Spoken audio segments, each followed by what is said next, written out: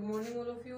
BSc second year में अपनी unit first चल रही थी और यूनिट फर्स्ट का जो पार्ट बी था 4D और 5D सीरीज एलिमेंट्स है वो चल रहा था। ठीक है, इसकी जो पहले वाली क्लास थी उसमें हमने पढ़े थे 4D और 5D सीरीज डी ब्लॉक की 4D श्रेणी और 5D श्रेणी की जो एलिमेंट्स हैं 10-10 एलिमेंट्स दोनों में, उनका इलेक्ट्रॉनिक विन्यास है वो हमने इससे पहले वाली क्लास में पढ़ लिया था। उनके नाम क्या है, कौन से एलिमेंट्स का कितना एटॉमिक नंबर है, उसका सिंबल है, ये सब हमने पीछे वाली क्लास में पढ़ा था। इसके साथ में हमने चेंजेबल ऑक्सीडेशन स्टेट है वो भी पढ़ लिया था। प्रॉपर्टी चल रही थी इनकी 4D और 5D सीरीज के एलिमेंट्स की। उसके बाद में अपनी जो नेक्स्ट प्रॉपर्टी है आज की 4 नंबर प्रॉपर्टी है वो रहेगी कॉम्प्लेक्सेशन। तो 4 नंबर प्रॉपर्टी है वो लिखिए, प्रॉपर्टी चल रही थी अपनी, इसमें आएगा कॉम्प्लेक्सेशन, जिसको हिंदी में बोला जाएगा संकुलन। यानी कि 3D श्रेणी के तत्वों की तरह ही डी ब्लॉक की 4D और 5D श्रेणी के तत्वों में भी संकुलन की प्रवृत्ति पाई जाती है। संकुलन का मतलब क्या होता है कि ये लिगेंड के साथ में मिलकर के क्या बनाते हैं, संकुल बनाते हैं। तो 4D और 5D श्रेणी की संक्रमण धातुओं के किसी लिगेंड के साथ जुड़ करके कॉम्प्लेक्स या संकुल बनाने की प्रक्रिया को कॉम्प्लेक्सेशन या संकुलन कहा जाता है। ठीक है, तो संकुलन बनाने की प्रवृत्ति में क्या लिखा जाएगा कि 4D और 5D श्रेणी के जो तत्व हैं वो लिगेंड के साथ में क्रिया करके संकुल बनाते हैं। इस प्रवृत्ति को संकुलन कहा जाएगा। और इसमें यह आता है कि जो 4D और 5D सीरीज की जो धातुएं हैं, संक्रमण धातुओं की प्रवृत्ति क्या होती है, इलेक्ट्रॉन ग्रहण करने की, इलेक्ट्रॉन त्यागने की होती है वैसे प्रवृत्ति इनकी, लेकिन संकुल बनते समय ये लिगेंड के द्वारा उपसह संयोजक बंध से इलेक्ट्रॉनों को क्या करती हैं, ग्रहण करती हैं। वैसे धातुओं की प्रवृत्ति होती है इलेक्ट्रॉन त्यागने की, लेकिन संकुल बनने की जो प्रक्रिया होती है संकुलन की, उसमें धातुएं केंद्रीय धातु परमाणु या आयन है वो लिगेंड से क्या करता है, इलेक्ट्रॉन ग्रहण करता है। लिगेंड से क्या करेगा, इलेक्ट्रॉन ग्रहण करेगा। तो लिगेंड तो क्या कर रहा है, इलेक्ट्रॉन डोनर है, इलेक्ट्रॉन डोनेट कर रहा है धातु को। धातु क्या कर रही है, लिगेंड के द्वारा दिए गए इलेक्ट्रॉनों को कोऑर्डिनेशन बॉन्ड या उपसह संयोजक बंध से ग्रहण करती है। धातु इलेक्ट्रॉन ग्रहण कर रही है इन अभिक्रियाओं में। इलेक्ट्रॉन ग्रहण करने वाला लुईस के अनुसार क्या होता है, लुईस एसिड, और इलेक्ट्रॉन देने वाला लुईस के अनुसार क्या होगा, लुईस बेस कहलाएगा।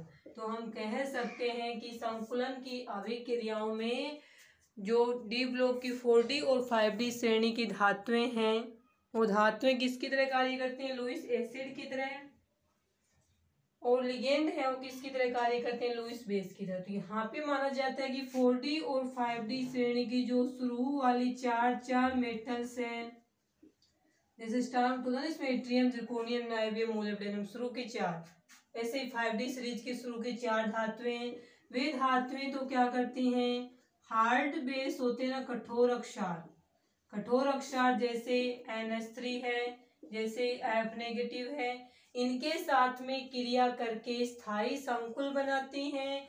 जबकि 4D और 5D सीरीज की लास्ट वाली जो चार धातुएं हैं, लास्ट की 4 धातुएं 4D की और लास्ट की 4 धातुएं 5D सीरीज की, सॉफ्ट बेस के साथ में, सॉफ्ट बेस ही क्या है, यहाँ पे लिगेंड है तो सॉफ्ट बेस में आएगा, यहाँ पे जैसे आ गया I नेगेटिव, सॉफ्ट बेस के साथ में क्रिया करके ये क्या बनाते हैं, स्टेबल कॉम्प्लेक्स बनाती हैं।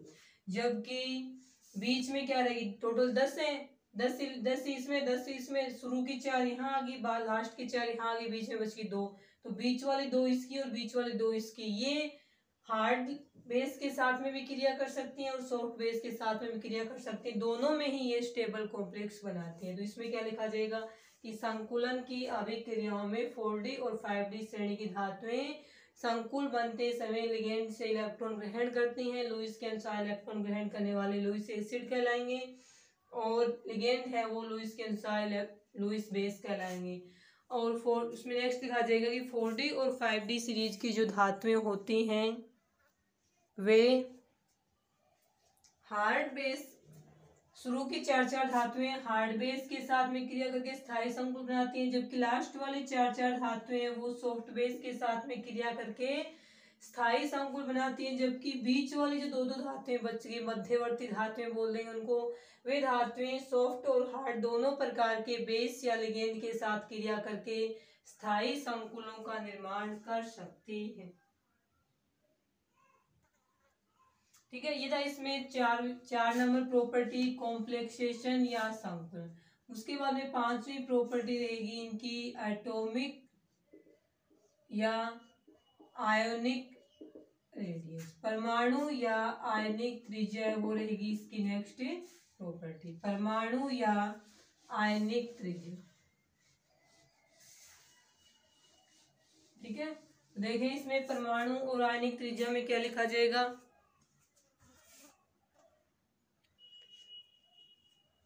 ये तो इसमें आ जाएगी परमाणु त्रिज्या किसे बोलेंगे, तो किसी परमाणु के नाभिक और उसके बाह्यतम को उसके इलेक्ट्रॉन के बीच की दूरी परमाणु त्रिज्या कहलाएगी। और आयनिक त्रिज्या की बात करें तो किसी आयन और उसके बाह्यतम को उसके इलेक्ट्रॉन के बीच की दूरी आयनिक त्रिज्या कहलाएगी। डेफिनेशन पहले पढ़ चुके हैं। अब हमें बात करनी है कि 4D सीरीज और 5D सीरीज के जो एलिमेंट्स हैं उनकी एटॉमिक रेडियस या आयनिक रेडियस में क्या क्या चेंज होते हैं। तो 4D सीरीज आती है अपनी 3D सीरीज के बाद में।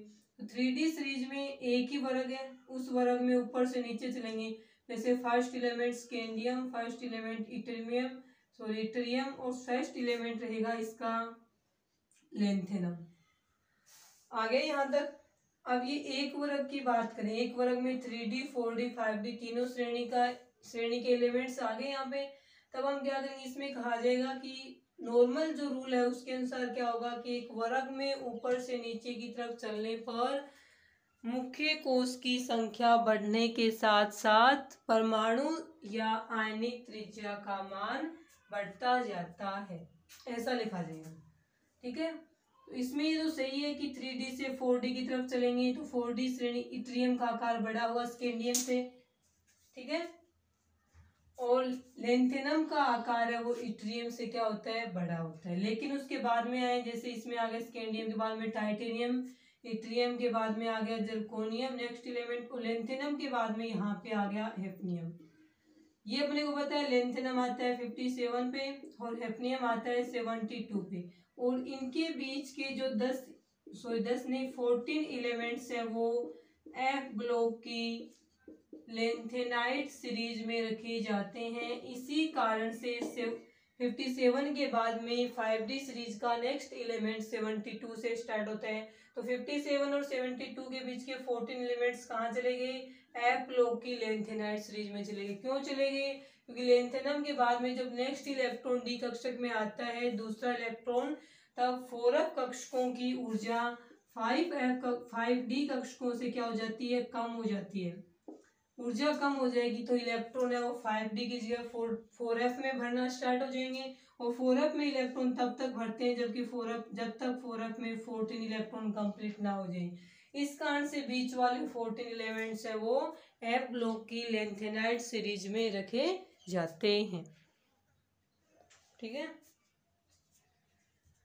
अब इनमें तो ये ऑर्डर फॉलो हो रहा है कि वर्ग में ऊपर से नीचे की तरफ चलने पे आयनिक रेडियस बढ़ रही है, तो लेंथेनम की सबसे ज्यादा, फिर इट्रियम की और उसके बाद में स्कैंडियम की। उसके बाद में क्या आते हैं, लेकिन सेकंड वाला जो वर्ग है इनमें डी ब्लॉक में, उसमें क्या होता है टाइटेनियम से ज्यादा रहेगी जर्कोनियम की, जर्कोनियम की इससे ज्यादा होनी चाहिए हैफनियम की, जबकि ऐसा नहीं होता है। इसकी जगह क्या लगता है Pi जर्कोनियम और हैफनियम। इसका कारण देखो क्या रहेगा, यहाँ पे तो याद रखना ये 14 एलिमेंट्स आएंगे एफ ब्लॉक वाले। इसमें ये होता है कि जब हम टाइटेनियम से जर्कोनियम की तरफ चलेंगे तो एक मुख्य कोश बढ़ेगा, मुख्य कोश बढ़ने के कारण से जर्मेनियम का जो परमाणु आकार या परमाणु त्रिज्या या आयनिक त्रिज्या वो टाइटेनियम से क्या होगी, बड़ी होगी। यहाँ तक तो वही ऑर्डर है जो ऊपर वाला चल रहा है। लेकिन उसके बाद में क्या आता है कि हैफनियम में जब जर्कोनियम से हाफनियम की तरफ चलेंगे तो एक मुख्य कोश बढ़ रहा है, 4 से किस में जा रहा है, n बराबर 4 से n बराबर 5 हो रहा है, 4D 5D। एक मुख्य कोश बढ़ने के कारण जितना आकार इंक्रीज होना चाहिए था उतना आकार नहीं हो पाता। कारण कि लेंथेनम और हैफनियम के बीच में 14 एफ ब्लॉक लेंथेनाइड एलिमेंट्स के आ जाने से आने वाले जो 14 एलिमेंट्स बढ़े थे वो इलेक्ट्रॉन बहुत ज्यादा अंदर के 4f कक्षकों में चले जाते हैं। n-2 4f के बाद में कौन सा आता है? 5d कक्षक आता है। उसके बाद में कौन सा आता है? 6s कक्षक आता है। ठीक है, तो ये जो इलेक्ट्रॉन 14 बढ़े थे यहाँ से यहाँ चलने पर वो इलेक्ट्रॉन बहुत ज्यादा अंदर के 4f कक्षकों में चले गए। इस कारण से इन इलेक्ट्रॉनों का बाह्यतम कोश के इलेक्ट्रॉनों पर प्रिडक्शन प्रभाव नहीं लग पाएगा ज्यादा। क्यों? क्योंकि इस बाहर वाले इलेक्ट्रॉन और अंदर वाले इलेक्ट्रॉन के बीच में क्या आ गया? 5d कक्षक आ गया। तो इसमें लिखा जाएगा कि जब हम जर्कोनियम से हैफनियम की तरफ चलते हैं तो मुख्य कोश बढ़ने के कारण हैफनियम का आकार जितना बढ़ना चाहिए था उतना नहीं बढ़ पाता, क्योंकि लेंथेनम से हैफनियम के बीच आने वाले 14 एलिमेंट्स में जाने वाला 14 एलिमेंट्स हैं वो बहुत ज्यादा अंदर के n-2 4f कक्षकों में चले जाते हैं, जिससे उनका बाह्यतम 6s कक्षक के इलेक्ट्रॉनों पर उतना प्रिडक्शन प्रभाव नहीं लग पाता है जितना लगना चाहिए था 14 एलिमेंट्स का। ये प्रिडक्शन प्रभाव नहीं लग पाता है तो आकार क्या हो जाएगा? इसका कम हो जाएगा। जितना आकार इसके कारण से बढ़ना चाहिए था उतना आकार यहाँ पे क्या हो रहा है? इसका कम हो रहा है। तो आकार ना बढ़ेगा ना कम होगा। ये जो 4d श्रेणी है और 5d श्रेणी है उसकी तत्वों का आकार लगभग क्या हो जाएगा? बराबर हो जाएगा। इस वाले फर्स्ट जो है ना ग्रुप, फर्स्ट वर्ग में ऐसा लागू नहीं होता, सेकंड में स्टार्ट होता है कि इसमें लिखा जाता है कि लेंथेनम को छोड़ करके 5d सीरीज के सभी तत्वों का परमाणु आकार या परमाणु त्रिज्या अपन 4d सीरीज के तत्वों से क्या होता है? समान होता है। जैसे जर्कोनियम का इसके नायोबियम आ गया, इसके बाद में इसका जो है हैफनियम के बाद में नेक्स्ट आएगा उसका इसके बराबर होगा। तो अपने अपने वर्ग में इसमें ये लिखा जाएगा कि 3d से 4d श्रेणी की तरफ चलने पर तो मुख्य कोश बढ़ने से परमाणु का आकार बढ़ जाता है, लेकिन 4d से 5d श्रेणी की तरफ चलने पर परमाणु का आकार लगभग क्या रहता है? समान रहता है। या फिर क्वेश्चन इस प्रकार से भी आ सकता है कि लेंथेनम को छोड़ करके 4d व 5d श्रेणी के तत्वों का परमाणु आकार और परमाणु त्रिज्या अपने अपने वर्ग में समान होती है। क्यों? इसी कारण से जर्कोनियम की त्रिज्या अपने वर्ग के 5d श्रेणी के तत्व हैफनियम के क्या है? लगभग बराबर है। इसका कारण कौन सा रहेगा? ये वाला रहेगा। ठीक है,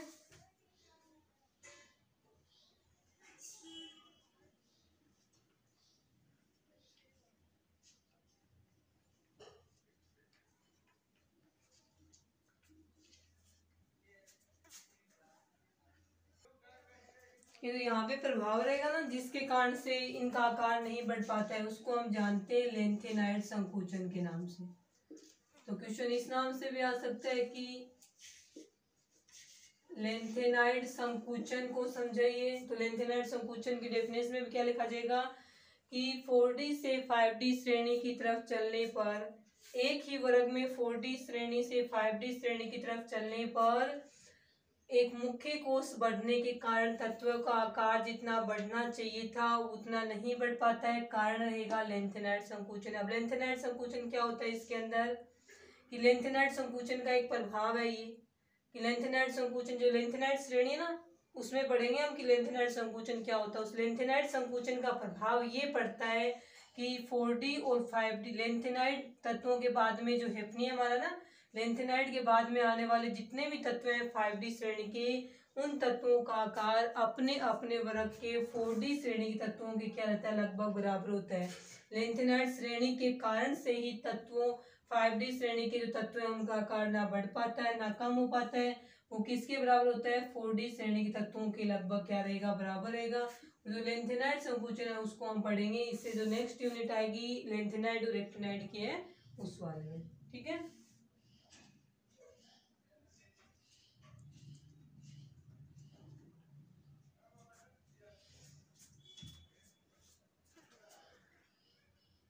तो इसके परमाणु त्रिज्या और परमाणु आकार में यही लिखना है अपने को कि 4D और लेंथेनम के बाद 4D और 5D श्रेणी तत्वों का आकार लगभग समान रहेगा। कारण रहेगा लेंथेनाइट संकुचन। वो इस प्रकार से रहेगा कि 4D से 5D की तरफ चलने पर एक मुख्य कोष बढ़ने के कारण जितना आकार बढ़ना चाहिए था वो इन इलेक्ट्रॉनों के परिरक्षण प्रभाव के कारण क्या हो जाता है, आकार बढ़ेगा। और ये 14 एलिमेंट्स बढ़े ना, 14 इलेक्ट्रॉन बढ़े हैं, इलेक्ट्रॉनों का परिरक्षण प्रभाव तो कम रहेगा, लेकिन 14 इलेक्ट्रॉन बढ़ने के साथ साथ न्यूक्लियस में क्या बढ़े हैं, 14 प्रोटॉन भी बढ़े हैं। तो प्रोटॉन के बढ़ने के कारण बाह्यतम कोष के इलेक्ट्रॉनों पे आकर्षण बल ज्यादा हो गया। तो एक मुख्य कोष बढ़ने से जितना आकार बढ़ा वो इन 14 प्रोटॉनों के प्रभावी नाभिकीय आवेश से उतना कम हो गया। इसलिए परमाणु आकार ना बढ़ता है ना कम होता है, 4D सीरीज के तत्वों के लगभग बराबर हो जाता है। उसके बाद में आता है इसके अंदर डेंसिटी या घनत्व।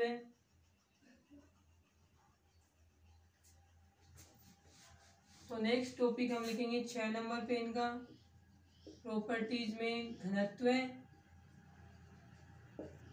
डेंसिटी।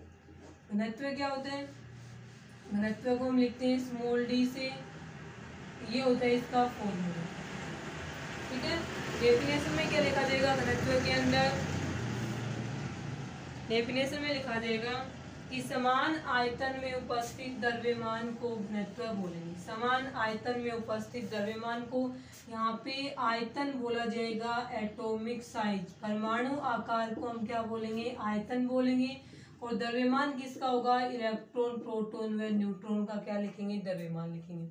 अब इसमें आता है कि 4D श्रेणी से 5D श्रेणी की तरफ चलेंगे तो आकार तो लेंथेनाइट संकुचन के कारण क्या रहेगा, सेम रहेगा, समान रहेगा, लगभग समान रहेगा। यानी जो आयतन है, आकार है, वो 4D और 5D श्रेणी तत्वों का समान रहेगा, तो इसको नहीं मानेंगे, केवल हम घनत्व निकालेंगे D और M से।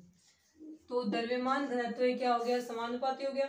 अब देखो 4D से 5D की तरफ चलेंगे तो प्रोटॉन भी बढ़ते हैं, इलेक्ट्रॉन भी बढ़ते हैं, न्यूट्रॉन भी बढ़ते हैं, ये तीनों बढ़ेंगे तो द्रव्यमान भी बढ़ेगा। तो 4D से 5D की तरफ चलने पर द्रव्यमान आयतन तो समान रहता है, परमाणु आकार समान रहेगा, लेकिन एटॉमिक नंबर बढ़ने से, प्रोटॉन, इलेक्ट्रॉन, न्यूट्रॉन की संख्या बढ़ने से द्रव्यमान भी बढ़ेगा। द्रव्यमान बढ़ेगा तो घनत्व भी क्या होगा, बढ़ेगा। तो इसमें लिखा जाएगा 4D व 5D श्रेणी तत्वों का आकार लगभग समान होने के कारण जब हम 4D श्रेणी से 5D श्रेणी की तरफ चलते हैं तो एटॉमिक नंबर बढ़ने से प्रोटॉन, इलेक्ट्रॉन, न्यूट्रॉन बढ़ेंगे, इनके बढ़ने से द्रव्यमान बढ़ेगा, द्रव्यमान बढ़ेगा तो घनत्व बढ़ेगा। इस कारण से समान आकार होने के कारण 4D श्रेणी के तत्वों की तुलना में 5D श्रेणी तत्वों का घनत्व क्या होता है, अधिक होता है। मैक्सिमम डेंसिटी का क्वेश्चन आता है कई बार एग्जाम में, तो उसमें क्या लिखा जाएगा कि 5D श्रेणी तत्वों का घनत्व 4D वाले से क्या होगा, ज्यादा। ज्यादा क्यों होगा, क्योंकि ये सेम है, ये ज्यादा है 5D वाला होगा, तो घनत्व भी क्या रहेगा, ज्यादा रहेगा। तो मैक्सिमम डेंसिटी वाले दो तत्व हैं ओस्मियम और इरिडियम। ये क्वेश्चन पूछा जाता है यहाँ के एग्जाम में कि 5D श्रेणी के कौन से ऐसे दो तत्व हैं जिनका घनत्व अधिकतम होता है, तो इसमें क्यों आंसर आएगा ओस्मियम और इरिडियम। ओस्मियम का होता है 22.57 ग्राम पर सेमी क्यूब और इरिडियम का होता है 22.61 ग्राम पर सेमी क्यूब। तो सर्वाधिक तो होता है इरिडियम का 1 नंबर पे, और 2 नंबर पे रहेगा ओस्मियम का। तो घनत्व में क्वेश्चन यही आता है सिर्फ एक कि सर्वाधिक घनत्व किसका रहेगा, तो सर्वाधिक घनत्व में आ जाएगा ओस्मियम और इरिडियम, सबसे ज्यादा रहेगा इसमें इरिडियम का।